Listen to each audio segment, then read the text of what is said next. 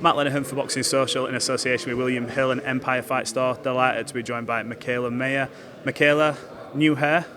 New hair. Changing it up? You're the first person who's actually said anything about it, yeah. Decided to switch it up. I love the blonde. It was actually really hard to get used to. I was feeling regretful for a couple days, but I'm getting used to it. I just had to switch it up a little bit, The blonde is harsh on the hair, so I need to let it get healthy a little bit. Well, look, you're back in your second home, the UK. I feel like this is like an adopted home for you now. How excited are you to be back here, back on another big show, another good undercard for you to sort of make that step into a new weight class? Yeah, I love fighting over here. There's a reason that I keep fighting over here. It'll play out. Everyone will see, the plan that we are working on, the plan we have in place. But a lot of my future big fights are against girls going to be on this side of the pond. So I'd rather start building my fan base here now so I don't look like the complete underdog. Well, you fought over here before, obviously, against Alycia, and you've been back here on the Joe Joyce undercard.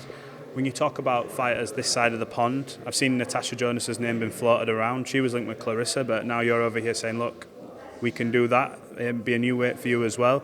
Is that a realistic fight, you and Natasha? I think it's the most realistic fight at this point. I moved to 35, which was still tough. I wasn't going to stay there. There's no way my body would let me stay there. But Katie Taylor was busy with her rematch clauses. And then there's 140, but you got Chantel, who's busy also. And so 147 has always been the weight class I would expect myself to end up at, and that's where I'm going. I think that's where the most opportunity is. I think that me and Natasha Jonas would make for a great fight. I think she's a game champion, and she wants big fights as well at this stage in her career, so I'm hoping we can get that done. And then I see 147 be the next big division for women's boxing. That's where all the girls are going. Chantel said she's moving there. You got Sandy Ryan there already, and so it's going to be an exciting couple of years at that division.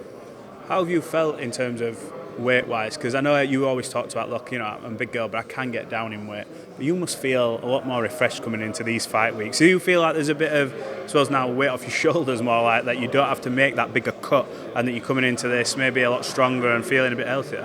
Hell yeah, I feel so much better.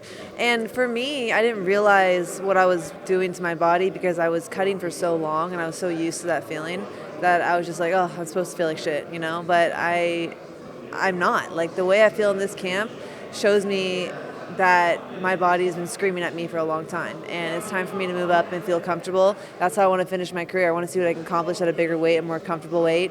So yeah, there's no going back down for me. I've already let my body fill out so much that even 135 was a harsh cut, and you're not going to get the best version of myself, and that's what I want to tap into. I know it's hindsight, but do you wish you'd have done it sooner? There's a part of me that wonders, just because I felt so good in this camp, and I was like, damn, this is what it's supposed to feel like, I was really excited. But I can't look back and regret anything because I had a great run at 130, and I had a goal there, and I was trying to go undisputed at that division, and I had a lot of great fights and did a lot for the sport there, and so it is what it is. Should I have moved up sooner, a little sooner maybe, but you can't go back in time. I'm fine with the journey I'm on, and plenty left in me. I only started boxing at 18 years old, so there's plenty left in me. Absolutely.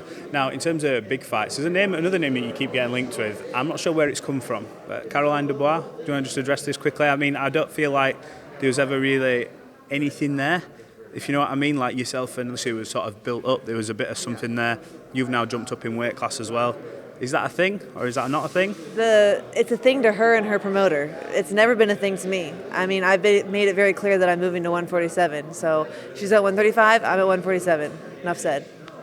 Absolutely. I've got to ask you about Alycia, obviously, with everything that's come out. Can you just get your sort of initial reaction to what's happened? Yeah, it's obviously a huge shock. It's very disappointing. It's a big issue right now in boxing, but I've moved on past Baumgardner. She's not my problem, and she's got to worry about proving her innocence now, so that's on her. Okay, we'll move on from that one. What else do you want to accomplish in boxing? You've often talked about names in the past, like Katie Taylor and stuff. Obviously, she's got to run it back with Chantel. Yeah. You now moved up in weight. Is it just about world titles again? It's kind of sad because I don't know if that Katie Taylor fight will ever happen for me now. And I always wanted that. I always wanted that fight, and I really believed it was going to happen. But I think I might have just stayed at 130 a little too long and missed that opportunity because now she has a rematch clause in place with Serrano and Chantel. And then, I don't know what she's going to do after that, but that puts me out of a fight with her for at least a year. And so, I decided that I can't sit around and wait.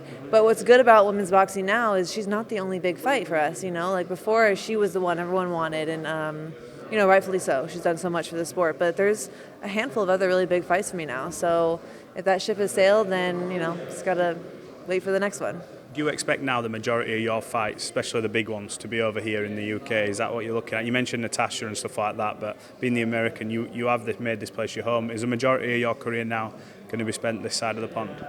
I think there's a handful of fights that will be over here, yeah. I have every intention of getting a belt back around my waist and getting the ball back in my court, taking the belts over to America at some point, but I'm not against fighting over here. Like I like it, and as the businesswoman that I am, it's a smart move for me. It's working well, so definitely want to fight back in America at some point, but I don't mind being over here for now. What's the plan for the Ringwalk? You've normally got something up your sleeve. It's hard to really top the Spice Girls one, but then you bounced into something else with JoJo. What you got planned for this week? Yeah, I don't get too excited about my ring walk. I honestly was like on the plane here, and I'm like, shit, I haven't thought about the ring walk at all. So it won't be anything too crazy. That was a special occasion at the O2, so I came up with something spectacular. But maybe once I get my belts back, I'll get a little creative again. And finally, just for the fans, what type of performance can we expect from you this weekend? Are we going to see a new Mikaela Mayer, an improved Mikaela Mayer? What can we expect?